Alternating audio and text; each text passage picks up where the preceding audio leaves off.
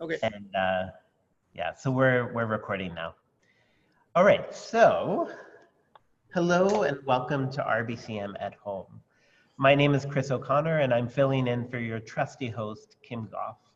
Kim is on vacation for just one more week, so she'll be back next Tuesday. So I'm a learning program developer here at the Royal BC Museum. The museum and my home is on the unceded territory of the Lekwungen speaking people, the Songhees and Esquimalt nations here in Victoria on Vancouver Island. I'm an uninvited guest on this territory and grateful to live, learn, and raise a family on this land. During this pandemic period, it has felt at times that everything is upside down, but we do our best to find ways to cobble together some semblance of normal. And by doing that, we're trying to lean into the familiar. So one familiar tradition for many over the summer months is to go on vacations. So for RBCM at Home for the months of July and August, we'll be virtually visiting museums and cultural organizations across the province, going on a road trip together. So buckle up. 2 weeks ago, we started our road trip in Barkerville. Last week, we visited the Squamish Lillooet Cultural Centre in Whistler. And you can see both of those recordings on our Royal BC Museum YouTube page. And now we're getting back in the car. We're driving past Vancouver and heading east. We have a long ride ahead of us as we'll make our way through the Fraser Valley, through the Okanagan Valley. Let's imagine stopping off to pick up some fruit for a snack, and then finally coming to the Kootenays, specifically the town of Castlegar. And we pull up to the Doukhobor Discovery Centre, where we're met by Eugene Voykin. So the Doukhobors have a history that goes back centuries, originally from Russia. The Doukhobors were formed out of the Russian Orthodox Church.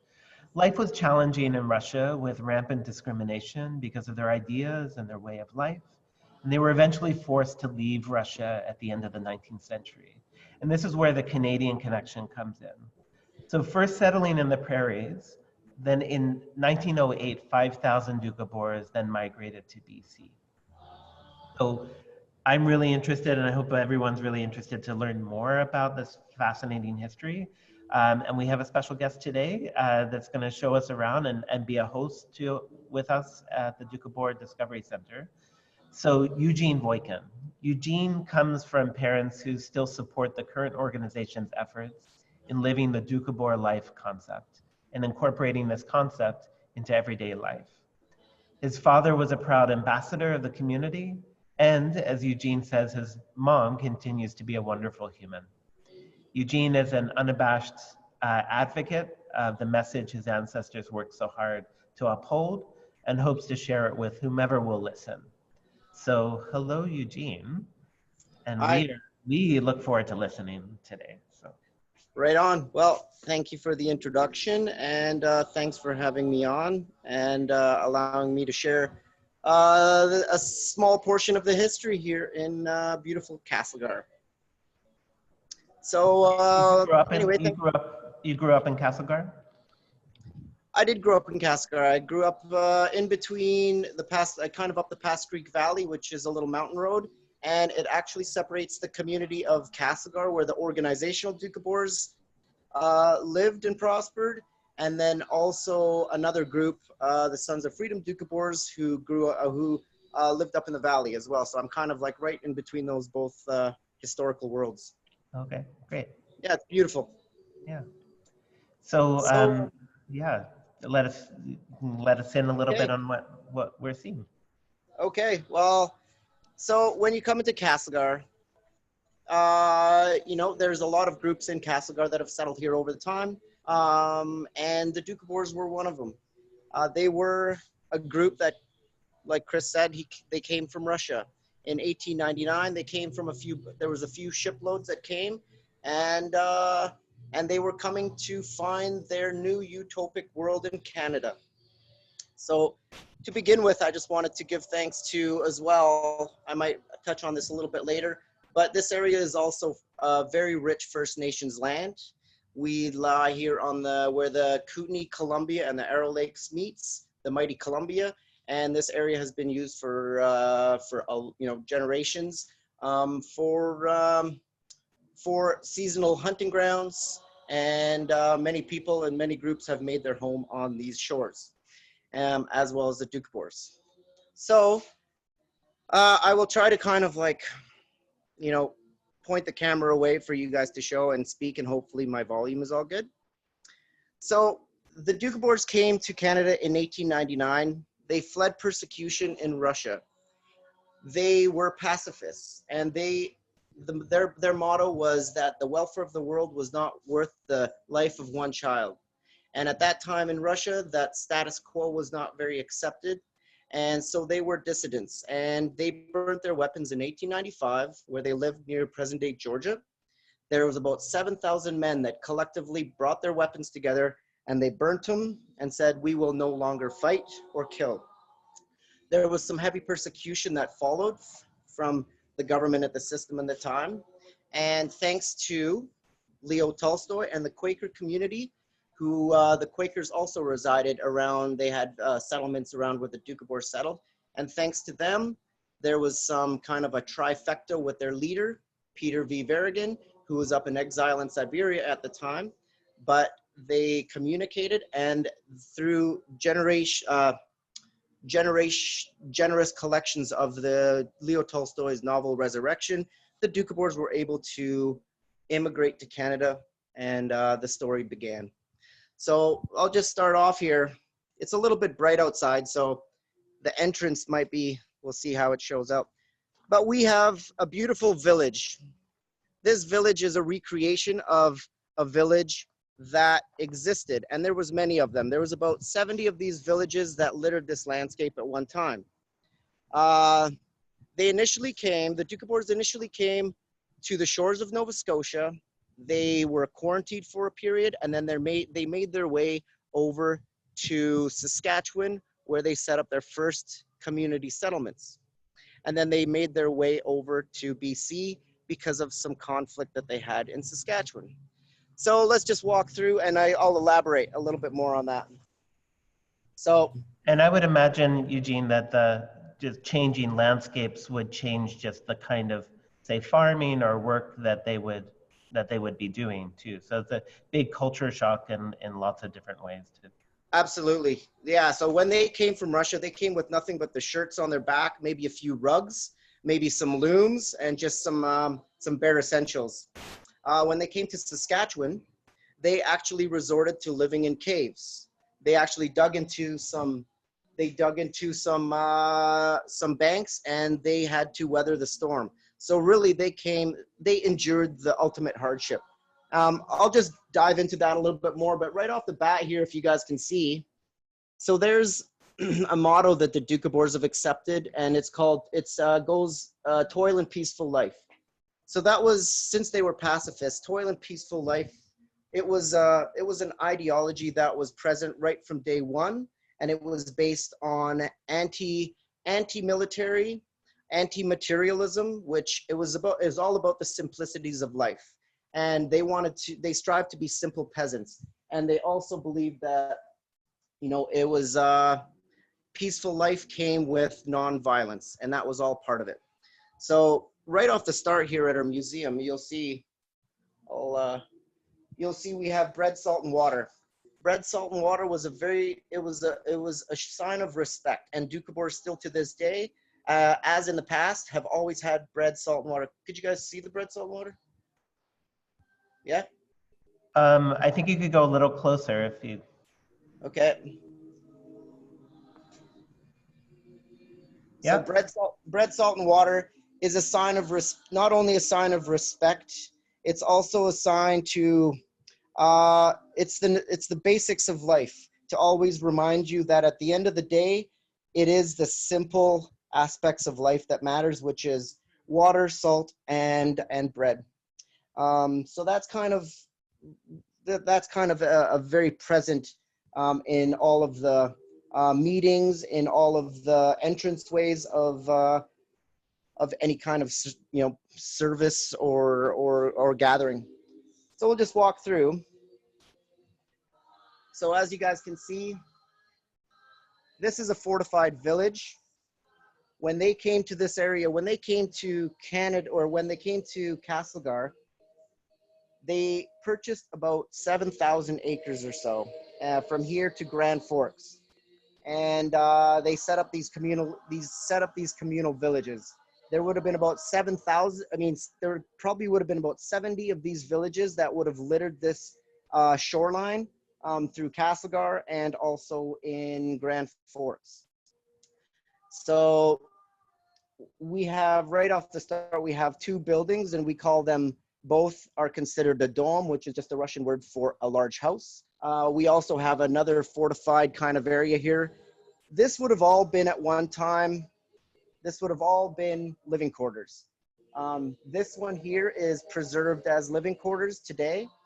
And the one over there is more of a gallery. And so we'll walk into those as we move on.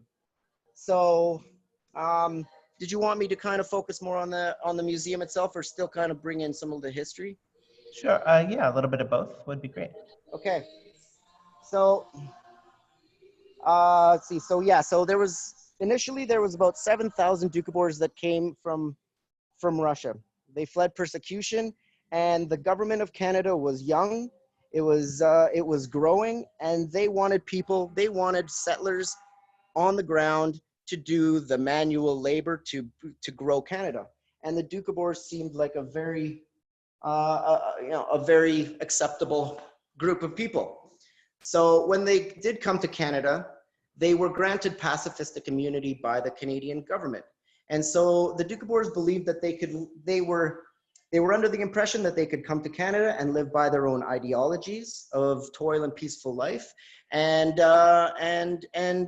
live as free people, because they did face the ultimate persecution in Russia, where a lot of men lost their lives. There was a lot of abuse by the Cossacks in Russia.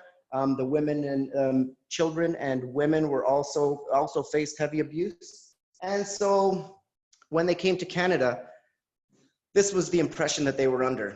And things didn't necessarily work out as they imagined. And a big part of that was that they refused to swear an oath of allegiance to the Queen. And Canada was the Dominion of Canada, and that was not an acceptable stance, I guess. So this is, the story of the Doukhobors. That is at the foundation, at the base of it all. That is kind of where everything really started to change, was they refused to swear an oath of allegiance to the Queen. So let's go through here. So as I was saying, we kind of try to preserve as much as we can here. We have Peter V. Verrigan. So their leader, their trusted, revered leader, he was killed in a train explosion not far from here. And to this day, it's actually a really interesting note. To this day, it is Canada's longest running unsolved mystery. So that's exciting in a way. We still do not know how he lost his life, but there was a bomb that was placed under his train car, and a few other people who lost their lives as well. But that was devastating for the Doukhobors, because he was their counsel. He led them from Russia and to Canada, and they trusted him, and he was highly loved by the community. So that was, a sad part in history. So let's just walk through here. Do you think it's of benefit to go through the entire dome, or is it necessary? Like, do you want me to go through kind of like every corner of the museum, or? Yeah, well, we have about 15 minutes, so wherever you'd like to take us. You're our guide. Okay. So let's just go through. This is a very typical home. All of the brick was all the brick was salvaged from villages that were around this area. So you could imagine 70 villages, none of them exist. Not only the Doukhobors not live communally anymore, there are no villages existing anymore. And they were very beautiful. So in 1969, the society was formed. The Kootenai Doukhobor Historical Society was formed to preserve the beauty of these villages. All of the brick was salvaged, and to scale, this village is exactly how it would have looked. So each one of these villages would have existed as its own autonomous engine, where you could imagine about 50 to 70 people living in a village. Just walk through here. So this is some traditional outfits. This is all very old. And as of actually this year, the matriarch of the Doukhobor organization, Laura, she actually passed away. So that was, it's very unfortunate. And that was kind of a sad loss, because she was a very beautiful woman and a beautiful soul.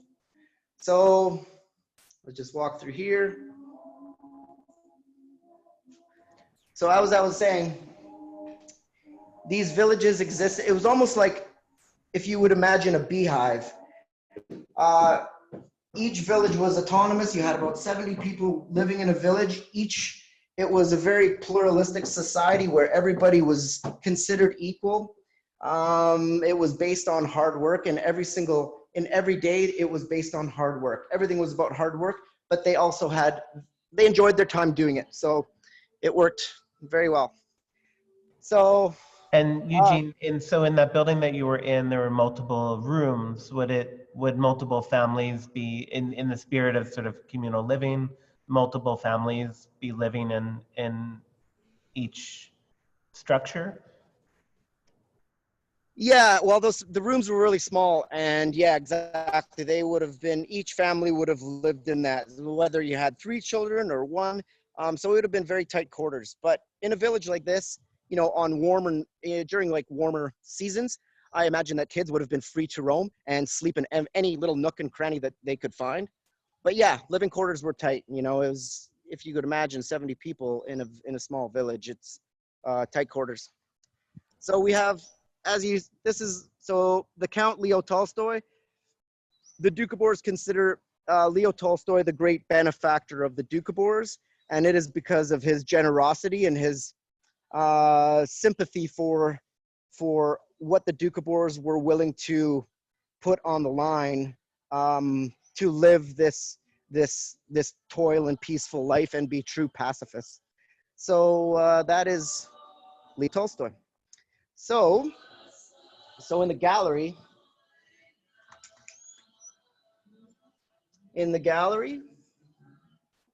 we have lots of rugs, which was a very, very important part of the culture. And the women were incredible at textiles, and yeah, they were really good with color. We have a video that plays, and it's got very interesting information. It's, well, a little bit loud, but we have great information. And we also have lots of old tools. A lot of things have been lost. Lots of things have been lost through the years, because the community built up to a level of great success, but also lost a lot in the process when things went wrong. So if I maybe go back a little bit. So we have here, so the Doukhobor history, they always took counsel. There was a female by the name of Lucaria at one time, and this is going back into the 1700s or early 1800s. And then it was eventually the Voykin lineage, the surname Voykin, and still up to this day, today, the last remaining member of the Voykin family here, John J. Voykin, he is the director of the USCC organization, which is what it exists today. He's also very active in many other aspects of peace and social justice with the United Nations Association. So he's very active. So how much time do we have here, Chris? We have about 10 minutes. Okay, so let's just take a walk up here. So Eugene, are there Doukhobors that are in different parts of the world? Is it a like a network around the world, or is this primarily the area that? Well, when they were moving from the East Coast, they did lose members along the way. So the majority of Doukhobors were in this area, of course. So the Doukhobors could be split up into three groups. And so the first group would be the Doukhobors that stayed in Saskatchewan. So there was about 1/3 of the Doukhobors that stayed in Saskatchewan. And so when they came, they were offered land in Saskatchewan by the government. There was about 100, they were 160-acre lots. And so the Doukhobors started living communally right from day one. They were very successful in Saskatchewan.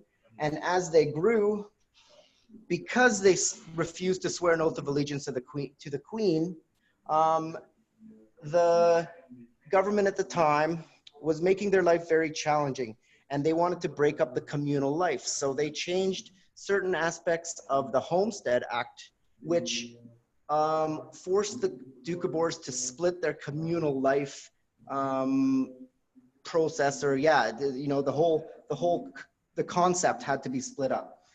So the Doukhobors felt like this is not something that they wanted to do, so they sold everything off. They lost 1/3 of their group of the Doukhobors, and they came to this area and bought a lot of land privately.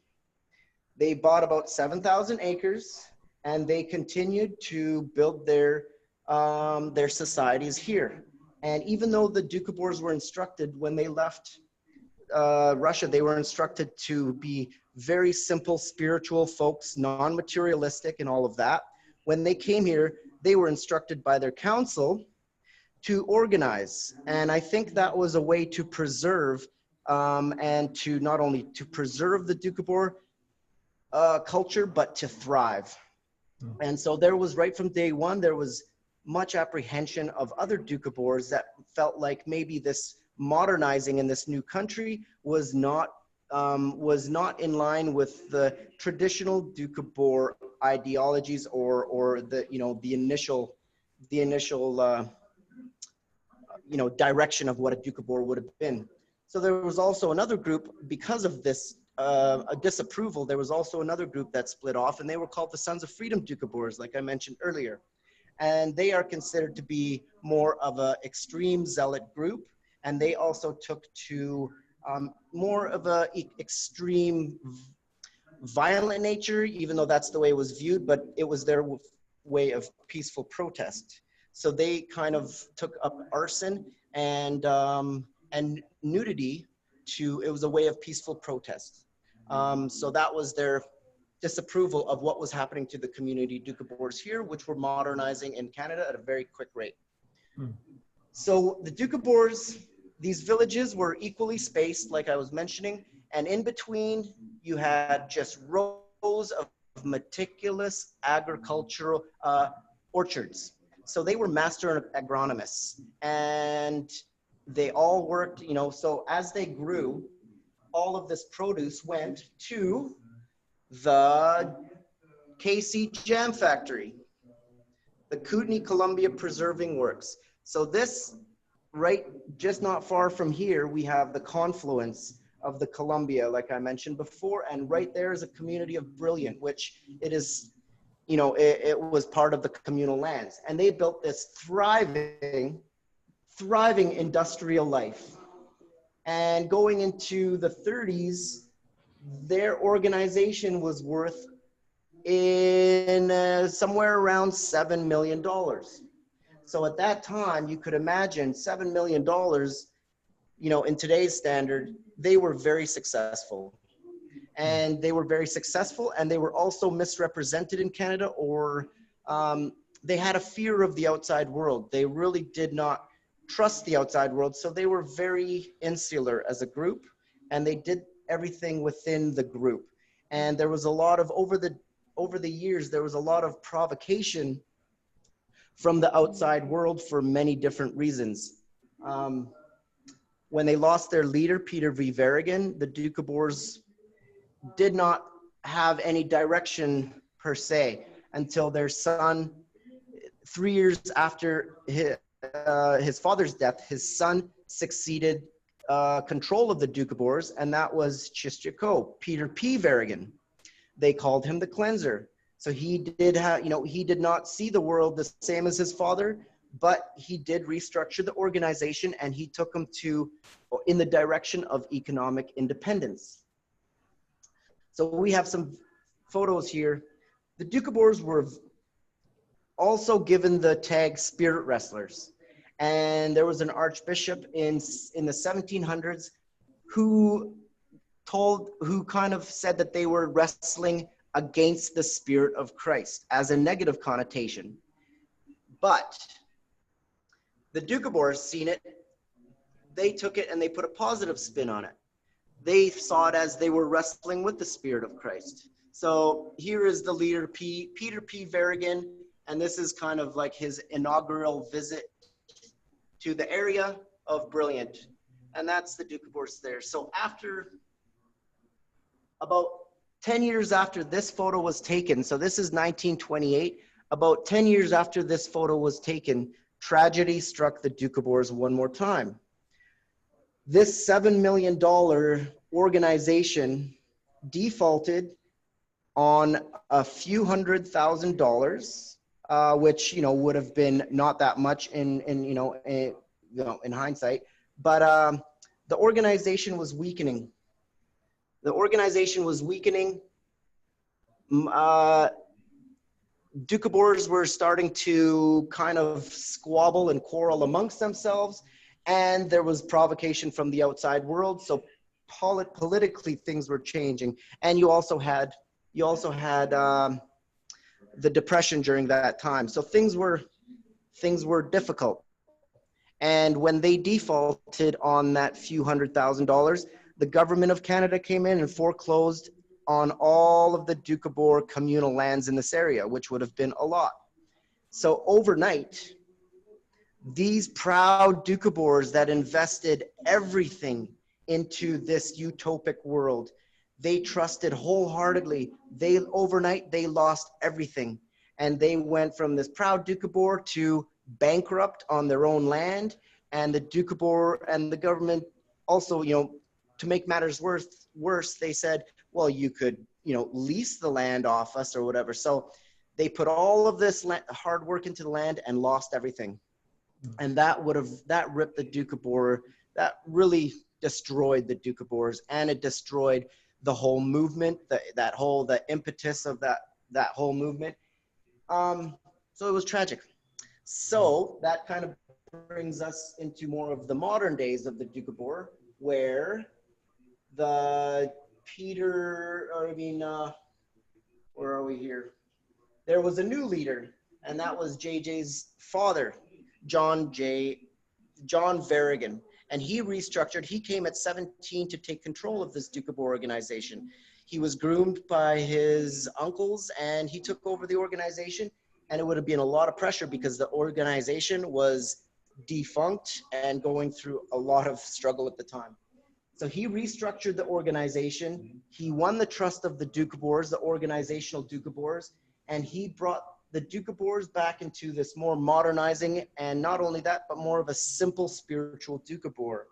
So it's kind of comes full circle. When the Doukhobors left Russia, they were instructed to be simple peasants, non-materialistic, and modest. They attempted to organize, and that didn't work out in their favor. So they reverted back to the simple spiritual Doukhobor that still exists. At the core of the Doukhobor culture, they did not have a Bible per se. They had the Living Book. The Living Book was just a collection of psalms and hymns about the struggles of the past. And these songs and hymns would have been repeated in every sense of everyday life. And so when I was young, my sisters were a little bit older, and they were heavily involved in choirs. So when they restructured, they tried to bring back this pride of just songs and hymns, respect for your elders, and that's that's where the community stands today. The men were proud. These choirs were very strong and loud. In the community just next to us where the Jam Factory was, it's brilliant. And there is still today stands the brilliant Cultural Center where we still have, the Doukhobor organization still holds gatherings. We have had different public figures speak there. And there's still a lot of pride amongst the Doukhobors. But I think it's a global cultural issue where I think there's just, it's younger people are having a harder and harder time connecting with the struggles of the past. And that's where the Doukhobors are today. We're kind of at a crux in time where we have the spirituality of the Doukhobors, the philosophy of the Doukhobors. But if you don't join in on the singing or the Sunday school, which is basically just like your meetings every Sunday, if you don't attach to that side of the Doukhobors, what do you attach to? Because we are no longer organized. We have, for the most part, assimilated. Since we lost the land, Doukhobors have assimilated because, you carry, if you want to, it's a life concept. So the Doukhobor life concept, which is, it's continuously evolving. And so it's kind of, it's based on a concept, and a concept is something that you hold internally. The Doukhobors no longer are organized. So that is the challenge. So we're kind of in limbo.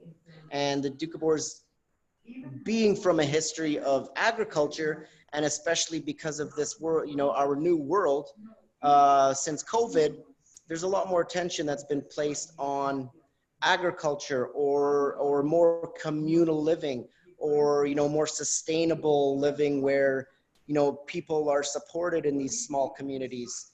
And so the question, I guess, remains is there an opportunity for Doukhobors to modernize to some degree and incorporate these old methods in today's world? And that could be a big solution to helping the Doukhobors move on into, the future.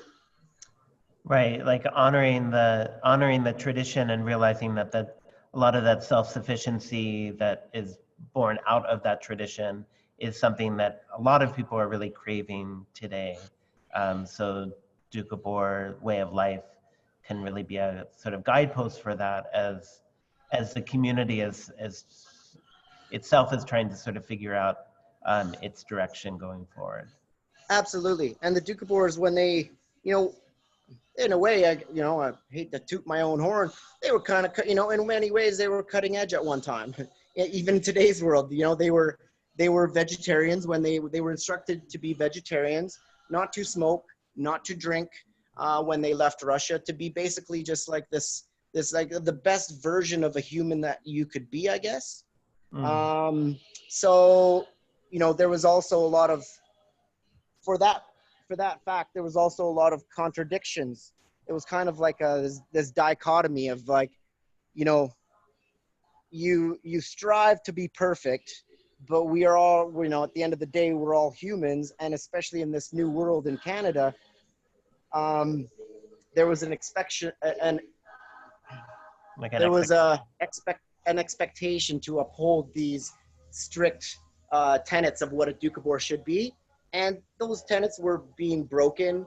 And so there was a lot of contradiction and a lot of like, do as I say, not as I, do as I say, not as I do.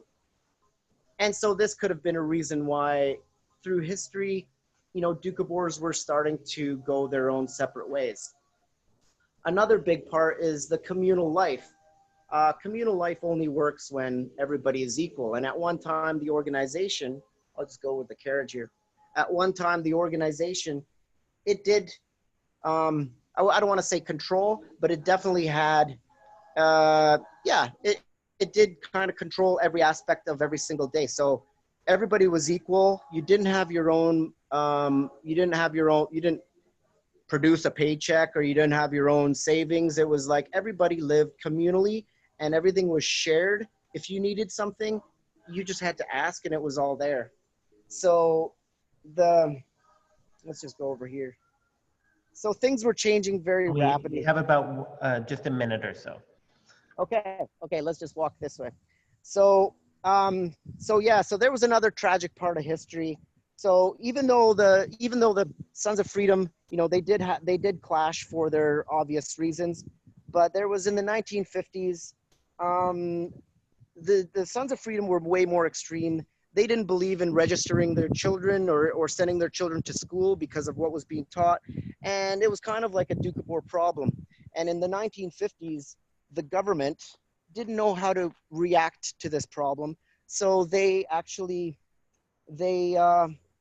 took their children from their community up in Cristova, and they put them up in residential schools. And it was, in a way, it was a cultural genocide in many ways. And so that group is still actually trying very difficult, or they're trying to Like get reconcile some. that. So, yeah, exactly. They're trying to reconcile that, and there was a lot of unfortunate events that happened to that. So that's another part of the history that we continuously are trying to kind of reconcile. So this is a traditional banya, and we'll just walk through. It's just a traditional sauna. The sauna was a very important part of the Doukhobor history, and we are really trying to get the sauna lit because I feel like it's the heartbeat of the culture. And just as far as our museum goes here, so we are a recreation, but what we're trying to do tirelessly here is, in order to modernize, we have a restaurant that hasn't operated in 9 years. The Doukhobor women that operated, they did it with zeal, and they put 100% in, but it is very challenging. And we feel like we need to support our local food. It's, that's really, like, if we're looking at ways to modernize, gastronomy, this is our ticket. And we also have a large field here, and we would really want to get into agriculture, because if we could kind of bring this museum into more of a living museum, more of a dynamic museum where we can share history, we feel like this is not only would be successful for tourism, but we also feel like it would be successful for our location and Castlegar and this area as a whole, because I think tourism is something that more and more people, especially with travel, more and more people will be traveling locally, and I think we need to modernize and provide a more sensory experience. Well, I think, Eugene, you definitely gave us the inspiring walk around the space, and having us really sort of think about the history of the Doukhobors and how it's a constantly evolving history. So thank you so much for your tour around the space today. I just to let you know, there's a few people from Facebook that are joining from around the world. So in San Diego and Italy. So we have good representation from around the world interested in this history that is a global history, because of the migration and the forced migration from Russia. So thank you so much, Eugene, for your kind hosting today, and You're for welcome. the work that you're doing there. You're welcome. And I just wanted to definitely thank everybody I work with. There's a lot of people behind the scenes that are putting in a lot of work. I'd like to thank all of the Doukhobor elders for sure. We are just trying to share the history of this area, which is really bright. And I encourage anybody to definitely do the research and look at the history of the Doukhobors, because in many ways it's not documented. It's a beautiful story. In the end, there was a lot of tragedy, a lot of sadness, a lot of loss, but there was also a lot of beauty. And we hope that, I hope that we can, do our best to modernize. And it sounds like a lot of resilience too. Oh, the Doukhobors, if anything, the Doukhobors were tenacious and resilient. Yeah.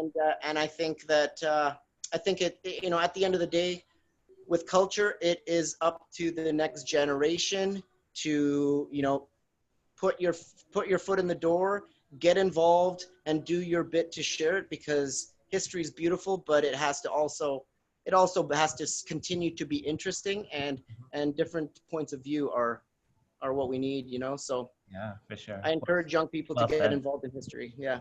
Great. So I just wanted to say thanks everyone for joining, both on Facebook Live and in the Zoom room. Join us next week as we get back in the car and we visit the Nikkei National Museum and Cultural Center in Burnaby. The Nikkei National Museum and Cultural Center's mission is to honor, preserve, and share Japanese culture and Japanese Canadian history and heritage for a better Canada. So again, thank you so much, Eugene. And I look forward to visiting Castlegar and seeing your space. So Thank you. Yeah, and if anybody else comes, you'll probably see me here. What are your hours? We are Monday to Saturday, 10 to 5. Great. Yeah. All right, so we'll stop the Facebook Live feed right now, and we'll stop the recording too.